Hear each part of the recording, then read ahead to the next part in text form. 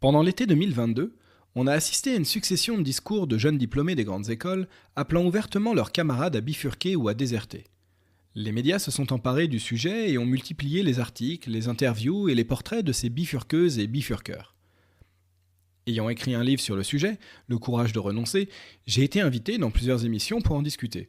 À cette occasion, certains journalistes ont fait le parallèle entre ce mouvement et celui des années 70, dont la figure emblématique est celle du Larzac. Et force fut de constater que je n'y connaissais rien.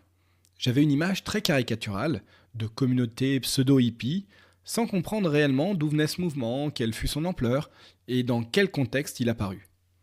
Pour moi, il n'y avait pas de parallèle entre ces deux mouvements sociaux que presque 50 ans séparent. Et pourtant, je me trompais lourdement. Jean-Paul Malrieux a 83 ans. Chercheur au CNRS, il est l'un de ces bifurqueurs des années 70 qui a décidé de quitter Paris pour s'installer en communauté à la suite de mai 68. Il a écrit en février 2023 dans la revue Terrestre une très belle lettre aux bifurqueurs d'aujourd'hui, dans laquelle il fait part de son expérience et de ce qu'il retire de ce mouvement qui s'est essoufflé dans les années 80. Cette lettre m'a particulièrement touché et j'ai eu envie de le rencontrer. Dans cet épisode, Jean-Paul revient sur les événements de mai 68, sur son parcours personnel et le mouvement des bifurqueurs des années 70. Tout au long de notre échange, nous essayons de dresser les similitudes et les différences entre ces deux mouvements sociaux, tout en nous interrogeant sur ce que l'on peut en retirer pour celles et ceux qui souhaitent transformer notre modèle de société face à l'urgence écologique. Bonne écoute!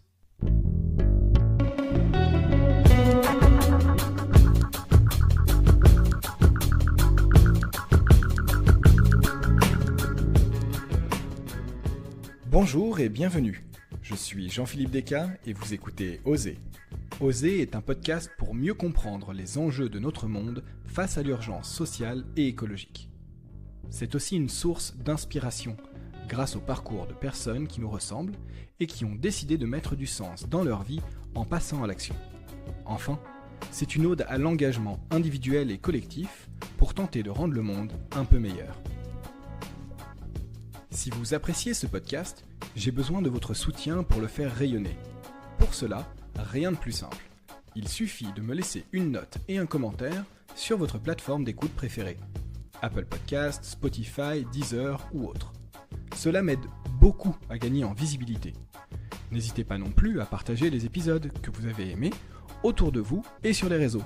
Merci à vous. Et maintenant, place à l'épisode du jour. Bonne écoute! Bonjour Jean-Paul Malrieux. Bonjour. Je suis très heureux de vous recevoir aujourd'hui dans le podcast Oser pour discuter de bifurcation. J'ai lu votre lettre aux bifurqueurs dans la revue Terrestre du mois de février 2023 et elle m'a beaucoup touché. Et c'est pour ça que je voulais vous rencontrer, qu'on parle un petit peu plus de votre expérience, vous, de bifurqueurs des années 70, des expérimentations que vous avez faites, de ce que vous en retirez, du regard que vous portez aussi sur les bifurqueurs actuels. Mais du coup, avant de parler de tout ça un peu plus dans le détail, peut-être est-ce que vous pouvez vous présenter, nous expliquer qui vous êtes ? Oui, bon, je suis scientifique, je viens d'une famille relativement d'intellectuels. J'ai fait mes études à Paris, à l'école normale supérieure. Et ensuite, j'étais militant d'ores et déjà, et assez intéressé par les questions écologiques. Je me suis intéressé aux questions écologiques après 68, en particulier avec le mouvement Survivre et Vivre qui était lancé par ce fameux génie des mathématiques qui s'appelait Grothendieck, personnage absolument saillant, hors du commun, et qui avait lancé un mouvement de critique de type écologique, d'abord antimilitariste, puis écologique. Donc il avait fondé un mouvement qui s'appelait Survivre, ensuite devenu Survivre et Vivre, pour des raisons assez identifiables, c'est-à-dire que on ne voulait pas se situer seulement du côté de la nécessité, mais aussi du côté du sens. Et ce mouvement a eu un impact assez grand puisqu'on tirait jusqu'à 30 000 exemplaires. On avait une certaine audience. C'était une équipe très, très, très agréable. Et c'est à partir de ce moment-là que moi, personnellement, j'ai décidé de changer mon mode de vie. Je faisais ma recherche à Paris, et j'ai décidé de partir en province dans le cadre d'une communauté établie à la campagne, avec des gens qui venaient de milieux divers, qui n'étaient pas tous des cadres supérieurs. On pourra en reparler. D'accord. Et alors, avant qu'on... Après, je suis un faux bifurqueur, quelque part. D'accord. Parce que j'ai continué ma carrière au CNRS. J'ai vécu au CNRS paisiblement et assez heureusement. J'aimais la science, j'aimais faire de la recherche. Et sur ce point-là, je me différencie d'un certain nombre de gens qui poussent la radicalité jusqu'à dire qu'il ne faut plus du tout continuer la recherche scientifique. Donc moi, j'ai pas... La façon dont j'ai bifurqué, personnellement, ça a été plutôt d'ajouter d'autres types de pratiques, d'autres types de modes de vie et aussi de travail, faire l'expérience du travail agricole et de la vie en communauté, sans abandonner ma pratique de chercheur. Ce que, aux yeux de certains nombres de personnes, ils peuvent dire c'est une fausse radicalité. Bon, voilà. On va dire que vous avez utilisé cette place un peu privilégiée de chercheur pour essayer de réfléchir et d'expérimenter de nouvelles choses hors du cadre du système qui était en place et qui est toujours en place aujourd'hui, mais avec, en fait, entre guillemets, cette bouée de sauvetage qui était cette place au CNRS, ou je ne sais pas comment vous l'identifiez, mais... C'était plus qu'une bouée de sauvetage. Je dirais quelque part, c'était aussi parce que le CNRS, au moins à cette époque-là, vivait avec d'autres normes qu'aujourd'hui, avec une moindre pression à la publication. Bon, j'étais très productif d'ailleurs. J'étais dans une espèce d'ivresse de pouvoir montrer qu'on pouvait être multiple et qu'on pouvait être attaché à un travail intellectuel pointu et en même temps développer d'autres pratiques. Et j'avais le bonheur d'avoir l'impression que j'en faisais une démonstration active. Voilà. Mais là, en quoi consistait ce premier mouvement de bifurcation ? Il s'accroche à 68 et en même temps, il n'est pas caractéristique, il est minoritaire dans le phénomène politique de 68. Le phénomène politique de 68 est marqué par un antigaullisme très fort. Si vous voyez les expositions des Beaux-Arts, aux Beaux-Arts à Paris, il y a une exposition sur les expressions graphiques auxquelles l'école des Beaux-Arts participait beaucoup, toutes les affiches, les bulletins, etc., qui étaient accrochés sur les murs des villes. Vous êtes submergé par le fait que cette caractéristique de l'antigaullisme et de l'anticapitalisme, avec la tentation de rabattre sur l'abécédaire marxiste, est très très forte. Et elle est dominante. Donc c'est un mouvement qui est quand même essentiellement politique. Ceci dit, en dehors de ça, quand on se baladait dans la ville en 68, dans les effervescences des quelques semaines autour de mai 68, ce qui s'exprimait, c'était une énorme doute sur le sens de la société telle qu'elle s'était construite. Il y avait vraiment, on entendait énormément de critiques du culte de la consommation, de l'assignation au travail. Donc il y avait une dimension qualitative qui était minoritaire parce qu'elle ne trouvait pas à s'exprimer sur le mode des slogans politiques et des organisations politiques. Mais elle était là.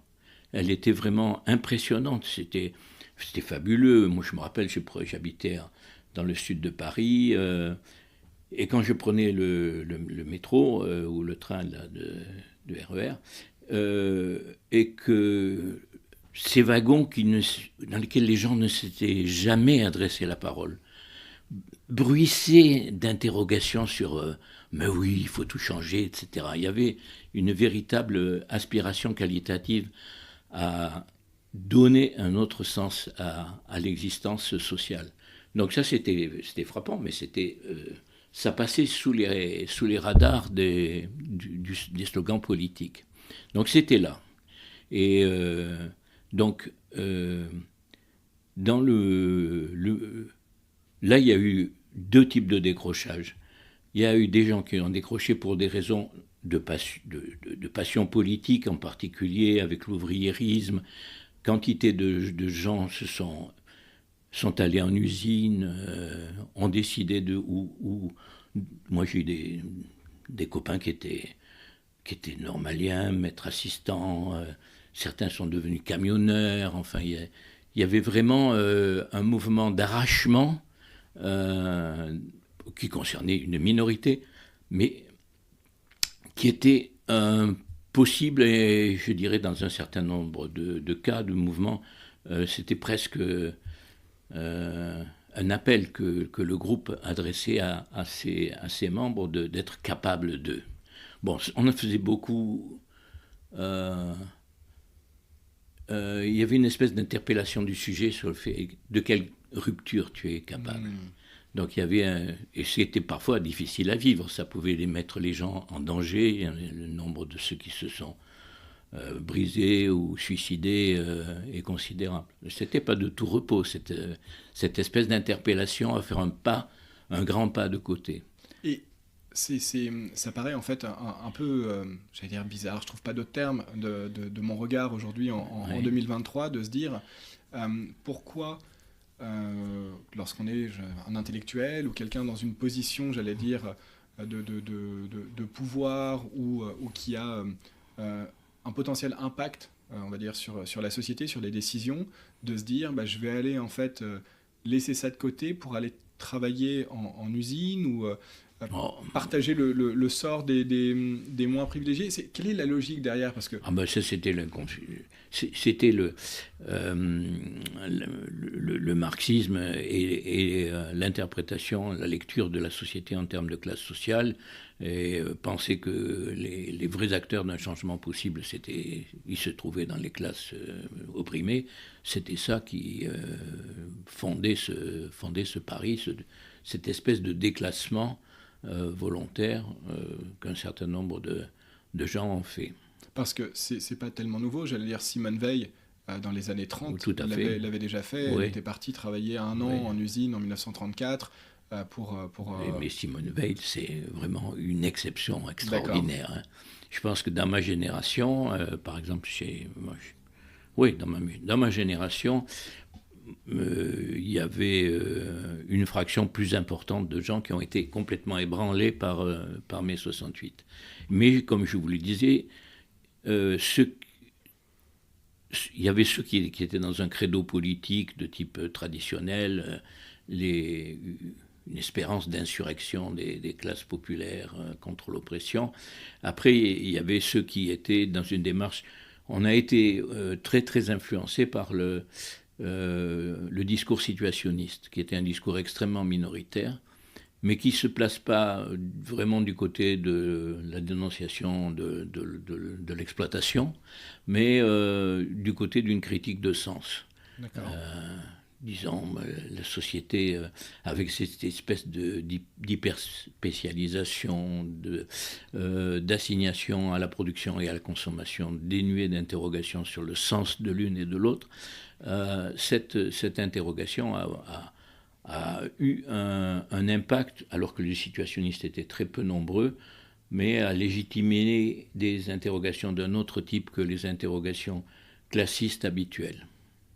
Voilà. Donc...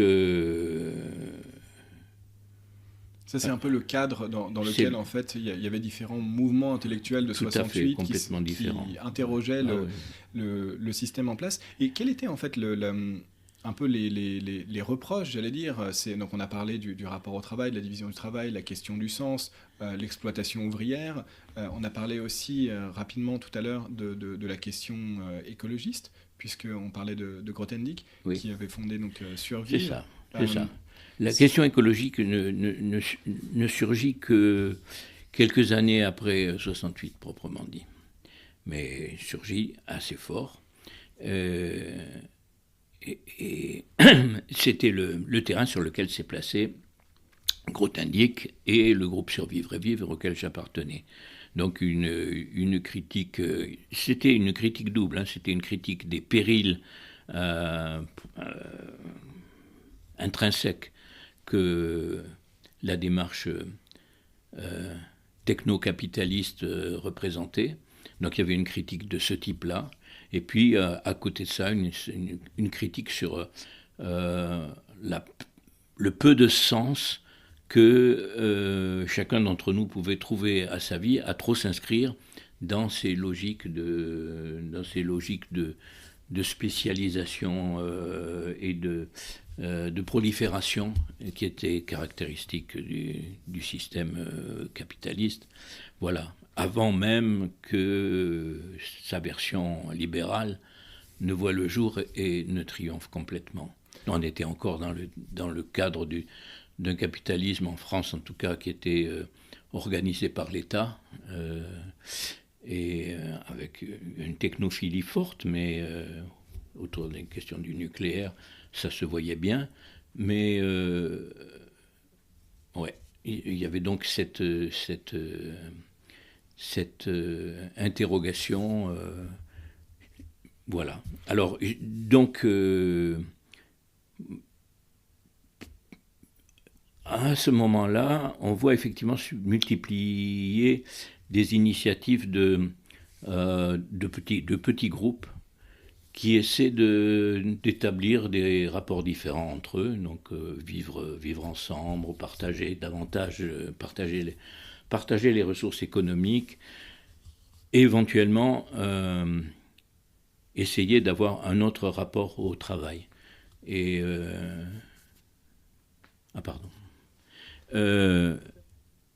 et moi, j'étais vraiment frappé par... j'avais toujours eu une tendresse pour les aspirations du jeune Marx,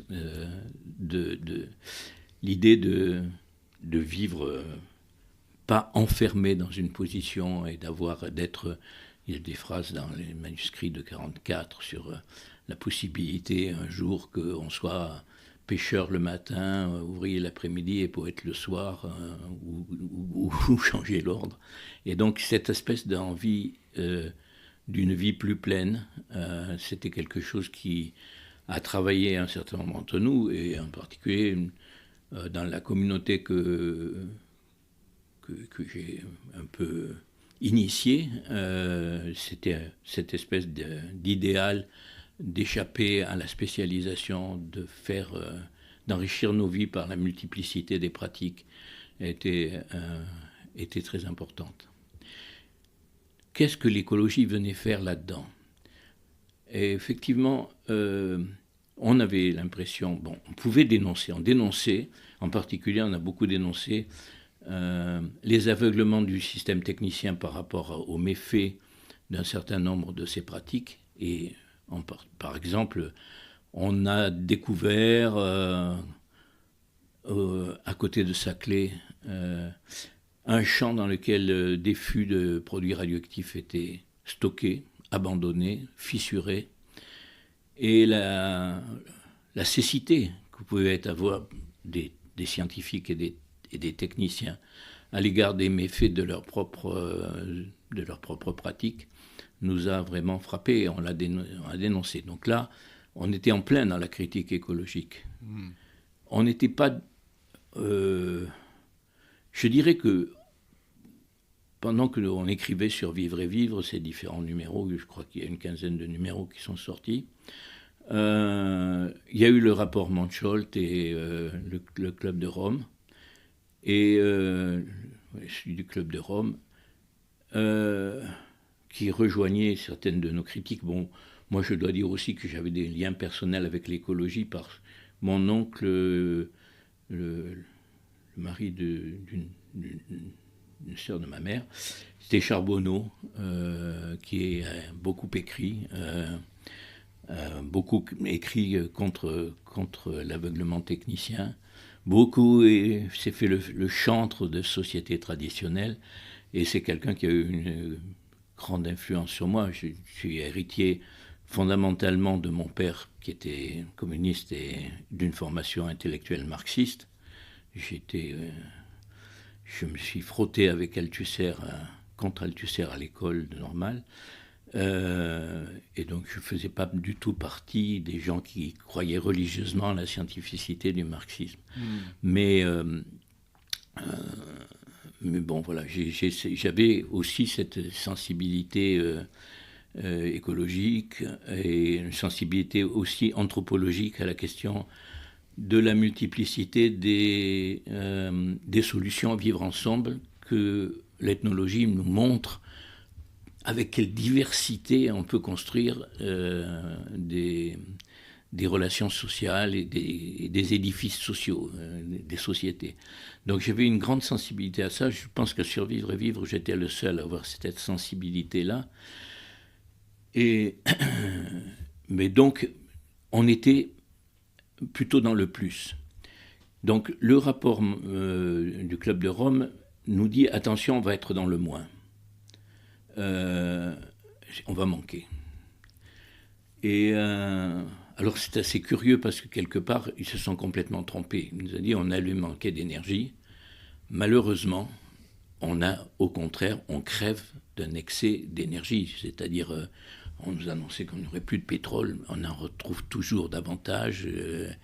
Et le méfait, la crise vient plutôt avec le changement climatique, le problème du CO2 dans l'atmosphère.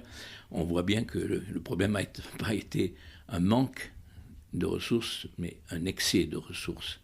Donc là-dessus, on était moins du côté de la nécessité. Donc je dirais que... Mais on n'avait pas du tout deviné la crise climatique. On n'avait pas vu cet enjeu-là. Donc... D'ailleurs, le Club de Rome non plus, puisque le dérèglement climatique n'apparaît pas dans le rapport du Club de Rome. Pas du tout. Oui. C'est un diagnostic qui passe un peu à côté de la plaque. Bon, je pense qu'effectivement, il y a des manques. Il y a des endroits sur la question du cuivre ou des choses comme ça. Il va y avoir des problèmes de manque, de défaut, et pas des problèmes d'excès. Mais bon, voilà. Là-dessus, je me permets de renvoyer à plusieurs interviews que j'ai faites avec des chercheurs, notamment Louis Delannoy et Baptiste Andrieux, sur la question en fait, des ressources et des modèles qui sont en train de s'établir aujourd'hui sur les liens entre économie, ressources, physique, et pour essayer justement d'entrevoir quels sont ces potentiels manques, pénuries ou non, et ce que ça implique en fait dans nos manières de vivre. Voilà. Donc, au début des années 80, le groupe Survivre et Vivre s'est dissous. Moi, je vivais donc dans une communauté rurale où les gens du groupe parisien de Survivre et Vivre venaient souvent. Et puis, on a évidemment ces aventures communautaires d'être des toutes petites îles qui faisaient quand même peu réseau entre elles. Très, très lâche, il y avait des échanges, mais chacune se développait sur son propre mode. Il y a peu d'expériences de ce type-là qui ont survécu. Il y a un contre-exemple fameux, c'est Longomai. Mais sinon, la plupart se sont dissoutes. Voilà. Jean-Paul, est-ce que vous pouvez peut-être un peu préciser qui étaient ces gens qui décidaient d'aller s'installer dans des communautés? Est-ce qu'ils étaient beaucoup? Est-ce que c'était un phénomène en fait massif ou très minoritaire? Massif, non, minoritaire, très minoritaire. Après, elle était hétérogène. C'était pas qu'un. Alors dans notre groupe, par exemple, on a pu acheter une terre à la campagne, une terre agricole, parce que la SAFER disposait d'un territoire sur lequel il avait essayé d'implanter le retour d'un pied noir et qui a fait faillite parce qu'il a fait des erreurs. Donc personne ne voulait racheter, mais on ne pouvait pas acheter si on n'était pas agriculteur. L'un d'entre nous était et il vit toujours avec nous, était un agronome, un ingénieur agronome, qui avait d'autres passions que l'agronomie dans la tête, et il est passionné de mathématiques. Et donc lui, il a vraiment interrompu carrément son cursus il a participé à notre aventure collective, il était un acteur essentiel. On a d'abord vécu d'activités agricoles, mis à part quelques salaires, le mien et puis quelques autres.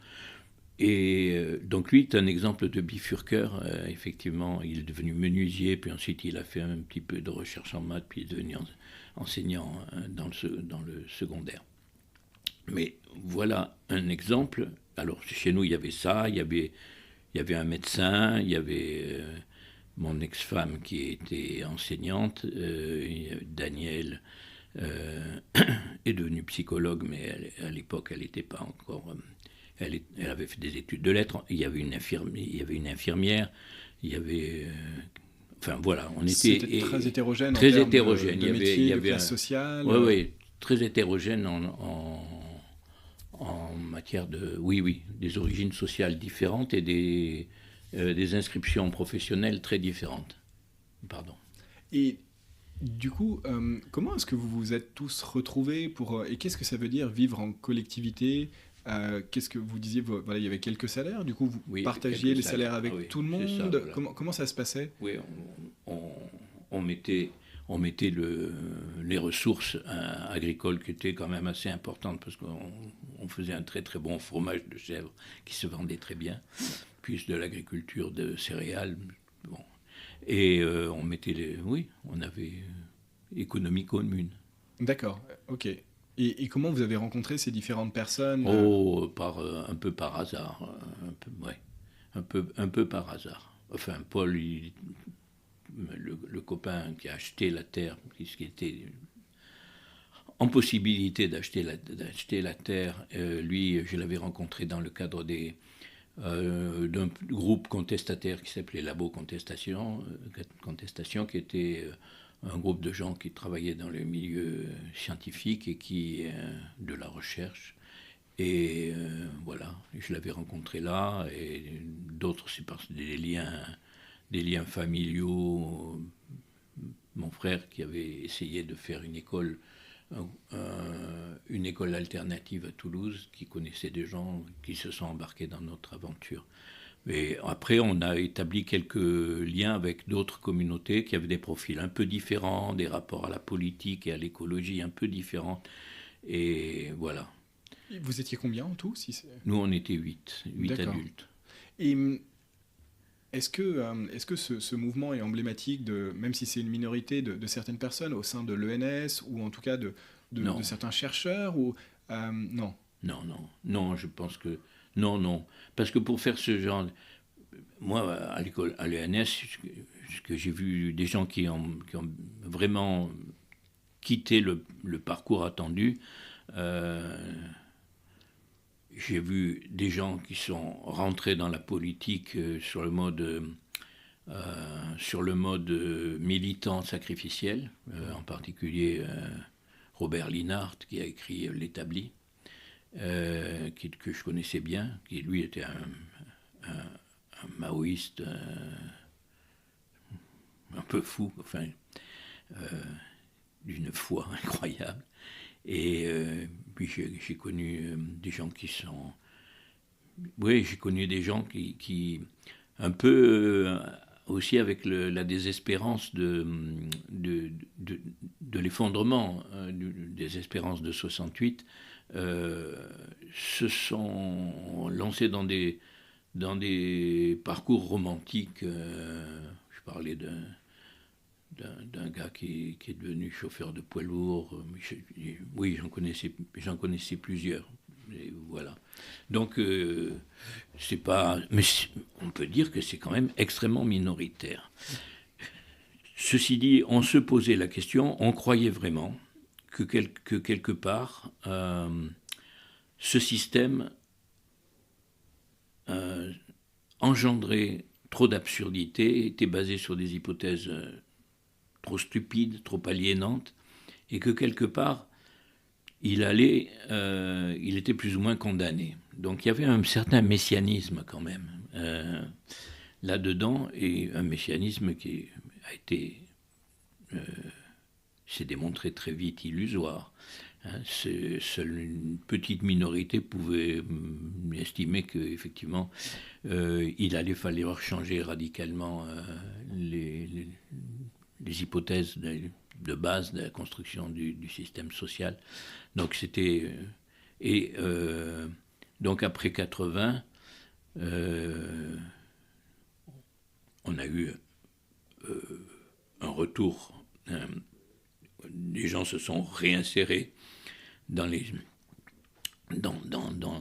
avec des traces, avec des choses qui étaient un peu des écarts quand même, hein, des originalités dans les parcours individuels et dans les tentatives de groupe.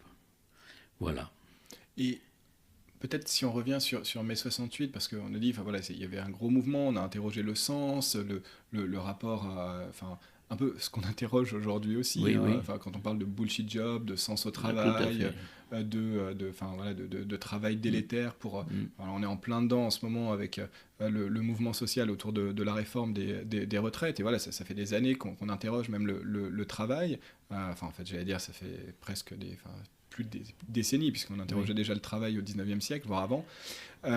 Mais est-ce que peut-être vous pouvez nous dire qu'est-ce qui s'est passé en fait, pourquoi est-ce que finalement mai 68 déjà n'a pas forcément déboulé sur ce changement, qu'est-ce qui, enfin voilà, c'est difficile à comprendre en fait pour ma génération aussi qui a été un peu bercée par le romantisme de 68, mais de pourquoi en fait finalement cette tentative de transformation du système a un peu échoué.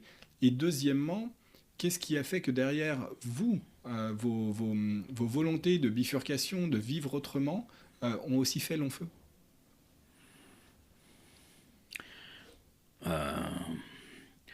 D'abord, on était minoritaire. Je pense que la différence avec, c'est ce que je développe dans l'article de Thérèse, la différence radicale entre ces mouvements autour des années 70 et ce qu'on vit maintenant, c'est que ce qui était à l'époque une critique de sens, une critique un peu luxueuse, maintenant s'appuie trouve un tout autre ressort avec la question de l'impasse écologique et l'impasse climatique. Donc là, désormais, ce qui était de l'ordre du choix, un peu luxueux, aujourd'hui, apparaît comme d'un tout autre ordre, comme relevant de la nécessité. Donc ça a un contexte radicalement différent qui peut donner une force beaucoup plus grande aux démarches de recherche d'autres modes d'existence et d'autres modes de vie. Désormais, le contexte social général aidera puissamment à la mise en place d'expériences, de tentatives, d'innovations, de recherches, telles que celles qu'on avait entreprises et qu'on a abandonnées. Après, les gens ont gardé quand même une certaine forme d'originalité, d'exigence éthique, par exemple, dans les participants de ce genre de pratique sociale. Ils n'ont pas été absolument conformes. Moi, la façon dont je concevais la direction de mon laboratoire de recherche n'était pas canonique. Je crois que c'était pas un échec total. Il y avait une originalité, une confiance dans la capacité d'invention. Et est-ce que vous souhaitiez renverser le système, le transformer, ou est-ce que c'était plus une logique de vivre autrement? Non. Alors, on s'inscrivait on croyait, effectivement, que ce système avait fait son temps, devait être remplacé par un autre système. Donc on ne se mettait pas dans une optique de simplement se donner un peu d'air, s'enrichir, bien que c'était présent, mais on pensait quand même, on s'appuyait sur une critique sociale radicale. Donc, et c'est une question qu'on s'était posée. Effectivement, l'article que j'avais écrit dans un des derniers numéros de la revue Survivre et Vivre, et qui s'appelait La dissidence, se posait explicitement cette question: comment on passe d'un système à un autre, en termes politiques et sociaux. C'est-à-dire, comment se passe... Il y avait évidemment la référence, le mot de révolution qui était là, qui planait dans toute l'histoire intellectuelle française particulièrement. Donc, on avait l'impression que, surtout qu'on était complètement hostile à l'expérience socialiste telle qu'elle s'était déroulée dans le bloc de l'Est, putschiste, dictatorial, aveugle d'ailleurs aux problèmes écologiques, mais radicalement aveugle. Oui, c'est important de le préciser, parce que très souvent, on a cette image un peu des courants de la gauche radicale et communiste des années 60-70 en France, comme étant un peu à la solde de l'URSS, très stalinien et autres, alors qu'en fait, on se rend compte, encore une fois, que même déjà dès les années 30, il y en avait plein qui avaient fait la critique du stalinisme, oui. Donc pour nous, c'était acté, hein, ce socialisme bureaucratique était absolument pas désirable, c'était un fiasco total.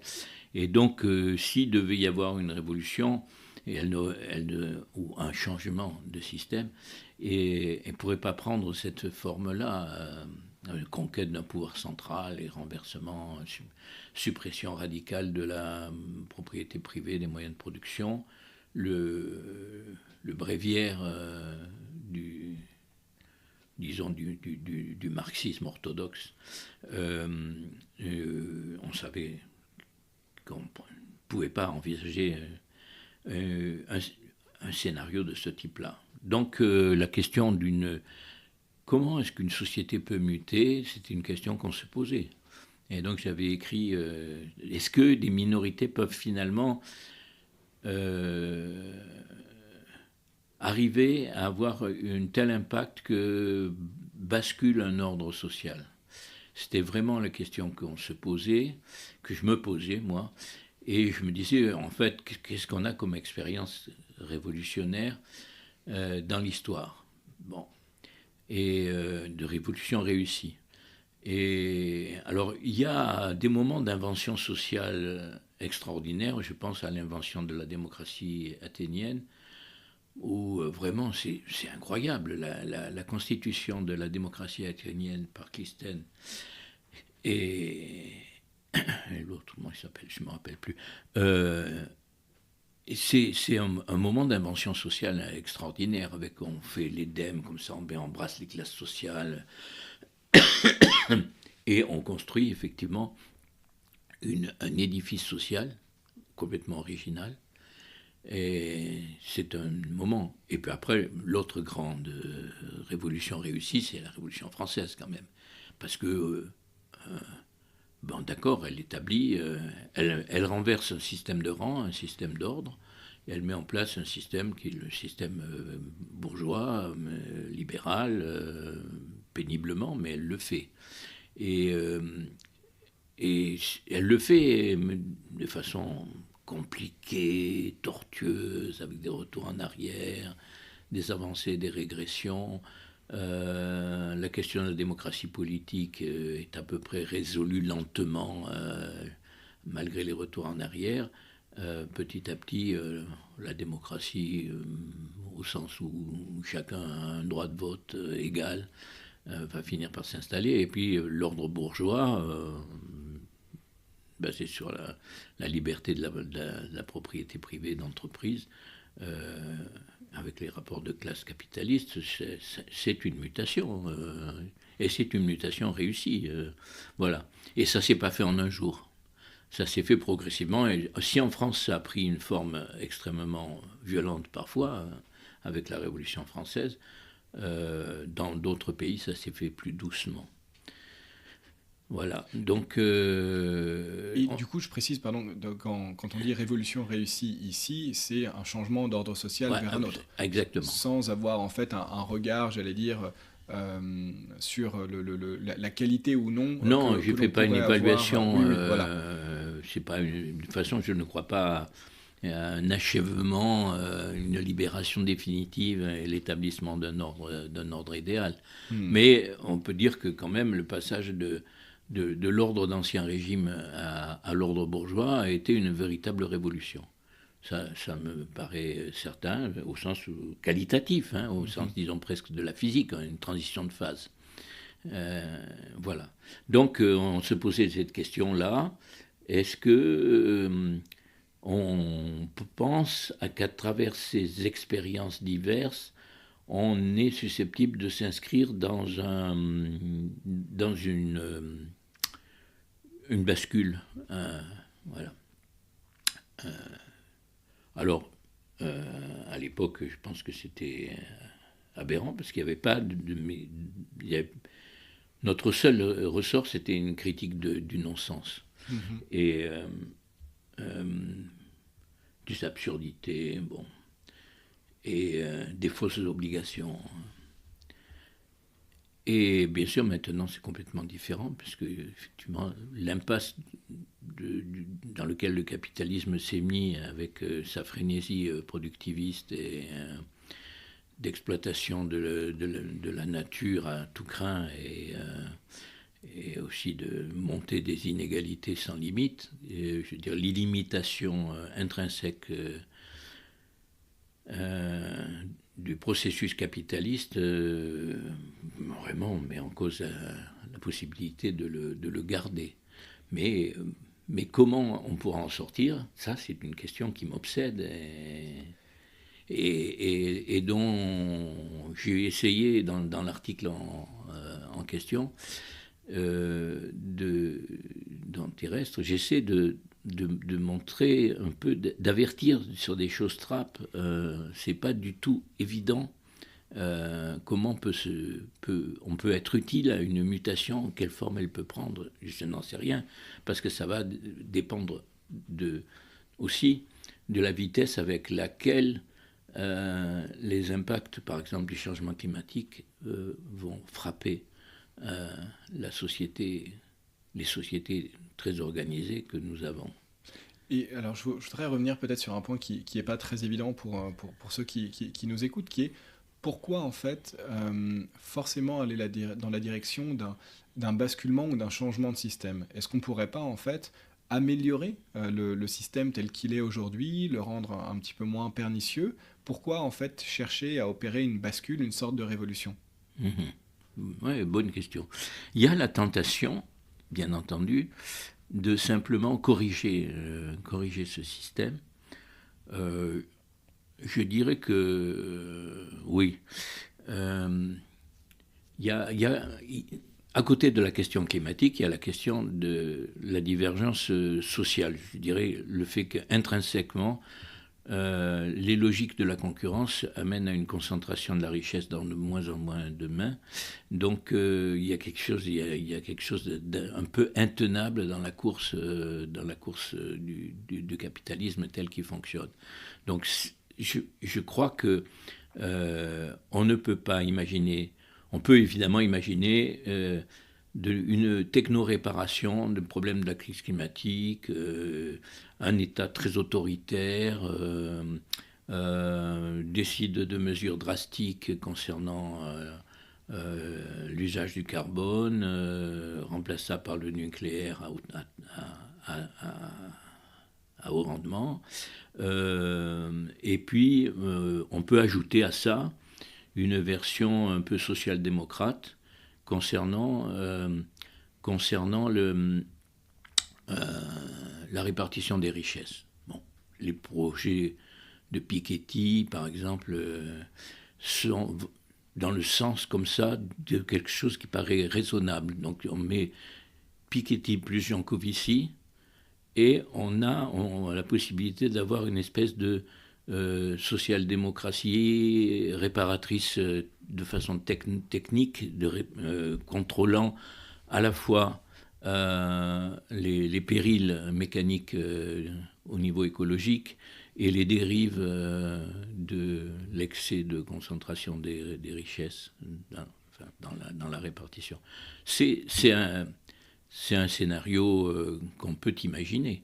Je crois guère c'est pas parce qu'on sauverait, qu'on respecterait, nous, en France, à coup de nucléaire, nos exigences en matière de dégagement de CO2, que c'est une solution pour l'ensemble de la planète. Je n'y crois pas du tout.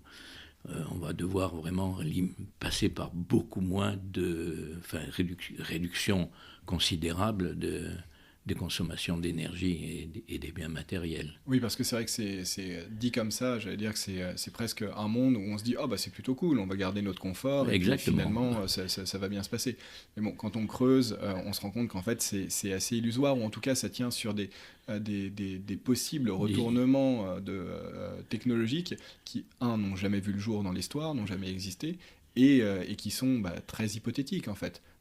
Et dont la généralisabilité à l'échelle de la planète, face à un problème qui est d'essence planétaire, de nature planétaire, la démonstration, la faisabilité du scénario ne paraît pas. Mais donc il existe effectivement une possibilité, disons, qui ne toucherait pas trop au système actuel, qui essaierait d'en modérer les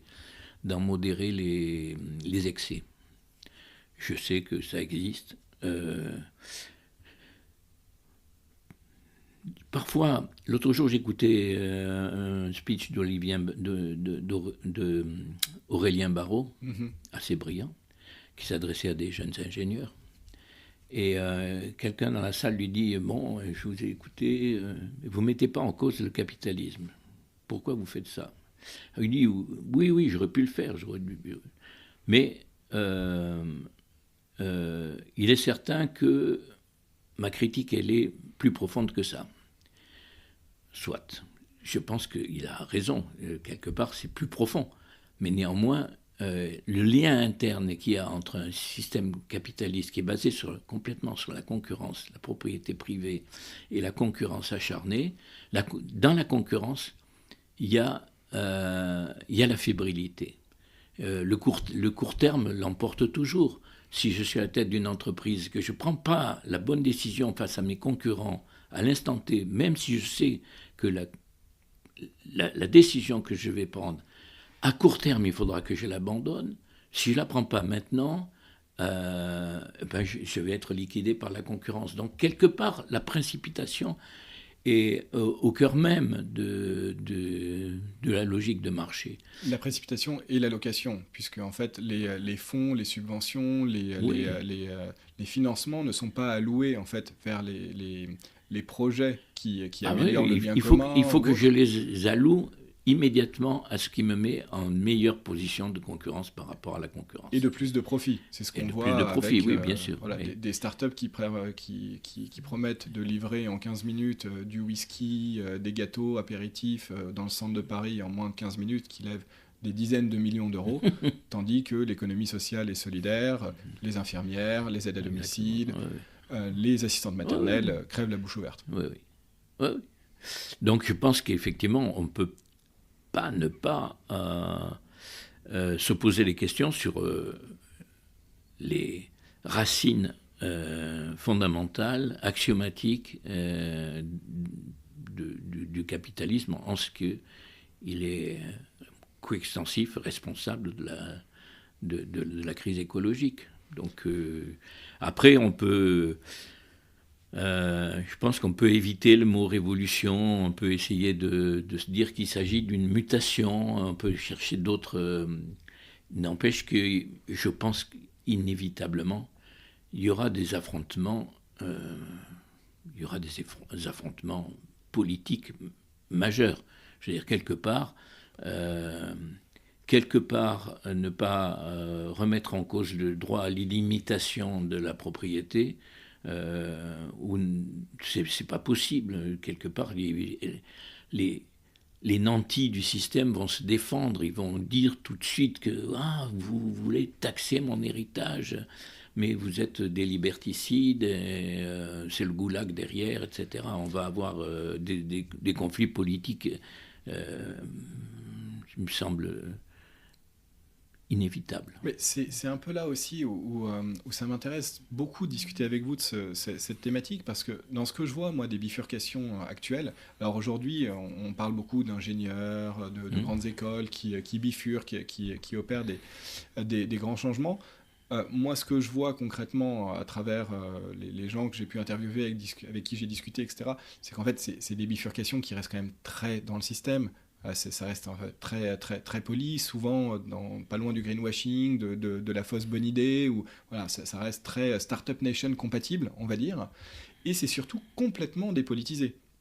C'est-à-dire qu'on est dans des réflexions qui sont plutôt techniques, en se posant la question de quelle solution on va apporter à tel problème du plastique, à tel problème de la pollution de l'eau, à tel problème du changement climatique, etc., sans remise en question, en fait, des fondements idéologiques, en fait, du système en place. Et ça, j'ai l'impression que dans les mouvements de bifurcation, comme vous les décrivez, comme vous les avez vécus dans les années 70, c'était assez différent, parce qu'il y avait déjà, en fait, vraisemblablement toujours cet affrontement entre le communisme, le capitalisme, ou en tout cas, on va dire, une logique politique plus forte, et que ça se voulait, en fait, comme une critique même des valeurs, alors qu'aujourd'hui, ces mouvements sont particulièrement dépolitisés. Et puis ça fait pas bien de dire que c'est politisé. Il faut être neutre, parce que non, finalement, ce sont des questions qui sont neutres. L'écologie, c'est pas des questions qui sont politiques. Oui, c'est un sujet sur lequel je suis en train de travailler. C'est des rapports de l'écologie et du capitalisme. Et, je vois bien l'embarras dans lequel on est. Et évidemment, on paye le prix de l'horrible catastrophe du socialisme réel, tel qu'il a été mis en place en Union soviétique et dans les pays, ou en Chine, dans les pays dits socialistes. C'est un tel crime qui a été commis là qu'il a en quelque sorte interdit d'aborder la question. Il a vraiment rendu un peu muette ou inaudible une critique des fondements du capitalisme dans la confiance absolue dans le marché, dans la concurrence comme ressort de la dynamique sociale. Comment est-ce qu'on pourrait repolitiser en fait ces différents bifurqueurs? Est-ce qu'il y a un moyen? Comment rendre en fait ce mouvement plus fort que l'individualisme en fait qui l'emporte, qui aujourd'hui cette quête de sens en fait elle dégueule de développement personnel quelque part. Elle est très liée vraiment à, je trouve, ce que Aude Vidal appelle un ego, la quête de l'ego en fait, et sans même le voir, sans même le vouloir, en fait, sans que ce soit quelque chose de cynique. Ce dans quoi j'ai confiance, c'est le fait que les limites de démarches trop individualistes sont évidemment tout de suite rencontrées et tout de suite perceptibles. Donc, ce dans quoi j'ai confiance, c'est le fait qu'il y a de possibilités de pousser un petit peu l'initiative en se mettre en réseau, de constituer des espèces d'archipels bien connectés les uns avec les autres, de façon lâche, pas hyper centralisée.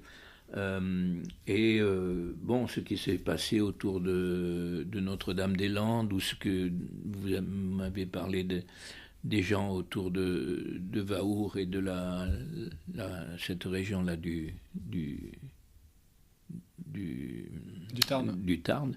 Là, on voit vraiment une capacité collective qui va s'approfondissant et se renforcer du fait même qu'ils sont de plus en plus nombreux et de plus en plus coopératifs. Donc là, je pense que peut-être il y a une masse critique qui est en train d'arriver. Après, moi, mon autre expérience, c'est celle de la Técopole, c'est-à-dire de ce réseau de scientifiques,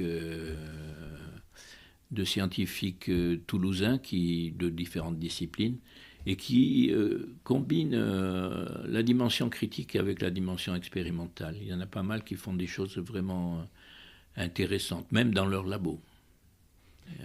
Et ben, c'est vrai que vous prenez différents exemples, mais souvent c'est des gens, j'ai l'impression, qui sont déjà politisés. C'est peut-être un peu des gens qui sont déjà dans les sciences sociales au départ. Là, les bifurqueurs dont on parle beaucoup, en tout cas ceux qu'on met en lumière, sont des gens qui sont dans le business. C'est des gens qui... Et du coup, c'est là où je me dis, voilà, comment peut-être lier les deux? Est-ce qu'il y a des passerelles qui existent, qui permettraient en fait de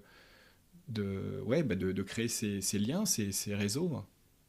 Chez les scientifiques que je connais, ils sont effectivement ils sont assez politiques. Et ils sont pas naïfs. Euh, et alors, y compris ceux qui font des expériences, faire de la technique, pardon, low scale, à petite échelle, trouver des façons de faire de l'acier à partir de presque rien. Bon, il y a toutes ces espèces de mise en musique. Alors ils font ça dans le labo éventuellement. Donc je parle là, bon c'est un cas particulier, mais un scientifique de la matière. Mais et après je crois qu'il y a tout ce qui est autour du végétal, de l'agriculture, etc. Sont amenés à aider à la mise en place de solutions différentes, de solutions innovantes, qui peuvent redonner confiance aux gens et leur dire, bon, mais peut-être que on peut inventer des chemins. Après, quel lien avec une refondation différente de la société, enfin dans ses axiomes, ou la remise en cause d'un certain nombre d'hypothèses de base du système capitaliste. Je ne sais pas comment ça peut se passer, mais je pense que il y a les liens logiques sont suffisamment forts pour qu'on ne puisse pas y échapper véritablement. Je comprends la tentation, disons, écolo-social-démocrate. Elle a l'avantage de paraître vraiment non violente, parfaitement progressive, etc. Je crois que ça ne se passera pas comme ça. D'abord, je pense que la secousse va être très grave, très grande. La secousse écologique va être très forte, je pense. Les problèmes des migrations vont prendre un tour dramatique et donc, quelque part, il va bien falloir trouver des réponses à l'échelle du défi. Oui, parce que quand on voit qu'il y a effectivement certaines mairies qui préfèrent fermer les écoles pour finalement laisser la consommation électrique à des remontées mécaniques en haute montagne dans les Alpes, ou en tout cas pomper les nappes phréatiques pour monter des méga bassines, quitte à pomper l'eau des autres agriculteurs du coin qui ne font pas partie du syndicat majoritaire. Voilà, on se dit qu'il y a effectivement des tensions qui sont là, hein, et qui vont de plus en plus monter. Mais du coup, ouais, c'est que on va pas échapper à la radicalisation de certains mouvements. Oui. Elle est déjà là de toute manière, on le voit. Mais comment en fait, comment emmener, j'allais dire, ces personnes qui sont encore bien dans le système. C'est un peu toute la question. Je me permets un éclairage peut-être que moi j'ai vu à travers les interviews, c'est-à-dire que les gens qui bifurquent, qui étaient privilégiés du système et qui ont décidé d'en sortir, c'est des gens qui n'étaient plus bien un instant dans ce système-là. Oui. C'est des gens qui en fait ne l'ont pas fait uniquement parce qu'ils sont Mère Teresa, mais c'est parce qu'il y a un moment donné, pour X raisons, dans leur rapport au travail, dans leur santé, dans leur rapport au monde qui a changé, ils n'étaient plus bien dans cette manière de vivre, dans ce mode de vie et dans ce système, et ils veulent donc en changer et le faire évoluer. Mais ça, c'est une vraie minorité. Le reste des gens sont, en tout cas des privilégiés, sont toujours bien dans ce système. ils voient pas en fait l'effondrement de la biodiversité, ils voient pas les problématiques de pénurie, de fin de mois, etc. Parce que pour l'instant, ils ne le sentent pas dans leur chair. Comment est-ce qu'on fait pour amener ces gens-là en fait aussi dans une logique de transformation sociétale? Je pense que l'évolution de la réalité on le voit avec l'impact qu'a eu la sécheresse de l'année dernière. Je crois que moi je vis à la campagne et je pense que le nombre de gens qui sont sortis d'un relativisme ou d'une espèce de confiance, bon on verra, on a le temps. Donc la réalité va cogner à la porte beaucoup plus énergiquement. Donc ça va être un moteur. Après, ce qu'il faut effectivement, c'est un problème très, très important, c'est celui de amener les gens à une conscience des problèmes et à une volonté de recherche de réponse à ces problèmes-là.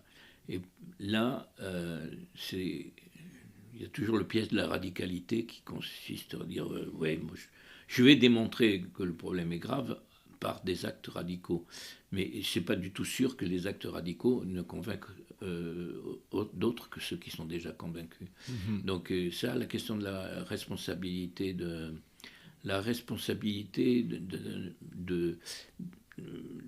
des actes d'alerte est grande. Hein. Et quelque part, ne pas perdre de vue que ce qu'il nous faut, c'est convaincre la majorité des gens, y compris ceux qui ne sont pas encore convaincus. Oui, c'est la résistance au changement. C'est comment est-ce qu'on combat la résistance au changement. Oui, oui, mais comment on convainc, hein.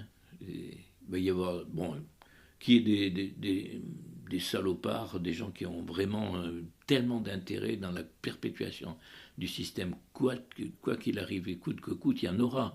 Il y aura du conflit. Mais après, quand même, la grande masse des gens n'ont pas intérêt à suivre le système dans l'impasse où il se lance, où il nous lance tous. Donc, quelque part, les gens ne sont pas des imbéciles. Il faut absolument arriver à les convaincre, démontrer. Il faut démontrer la nuisance de ce système et la possibilité et c'est en ça que, quelque part,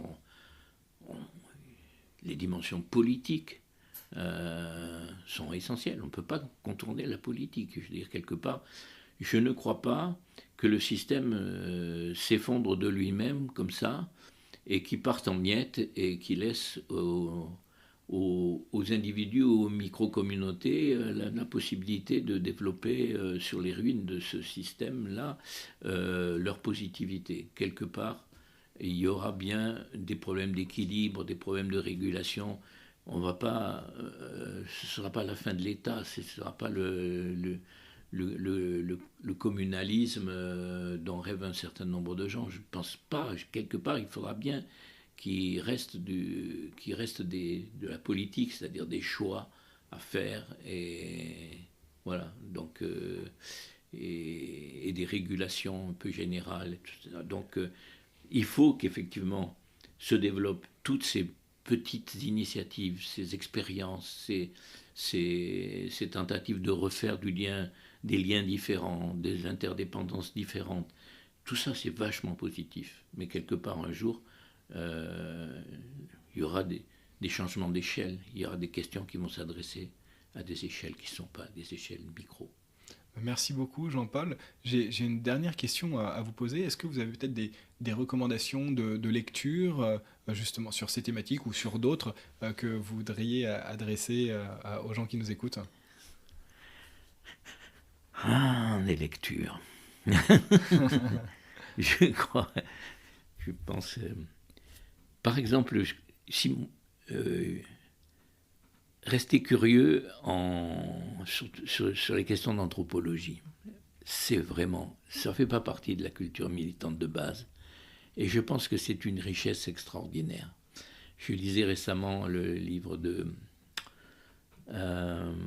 Grébert et Wengro, qui est un livre de préhistorien et d'anthropologue. Au commencement était. C'est extraordinaire de voir la diversité des solutions sociales qui ont pu être inventées Vous parlez de bifurcation, finalement, c'est sous-jacent dans ce livre-là. Montrer comment des sociétés indiennes, nord-américaines, voisines ont pu prendre des solutions très très différentes à partir d'une situation objective qui était peu différente de l'un endroit à l'autre. Et donc ça, je pense que le terme de bifurcation est plus ou moins explicite dans ce livre-là. Donc si je donnais un conseil, ce serait de rester curieux de l'histoire humaine, de l'anthropologie, et ça donne confiance sur la capacité des humains de fonder des relations entre elles qui ne sont pas de l'ordre de l'évidence et de la continuité. Bon, voilà. Je veux dire, c'est pas du tout. C'est pas des lectures militantes habituelles. Mais c'est très bien. Je souscris. J'aime beaucoup David Graeber. J'ai lu Dead 5000 ans d'histoire de lui. Et sur l'anthropologie, c'est vrai que le dernier petit livre aussi de Philippe Descola et Alessandro Pignocchi sur ethnographie des mondes à venir, je le trouvais assez intéressant aussi. Donc ça vous parle? Ça me parle beaucoup. D'accord. Eh bien, merci. Non, merci à vous, Jean-Paul. C'était un vrai plaisir. Et je vous dis à très bientôt. D'accord.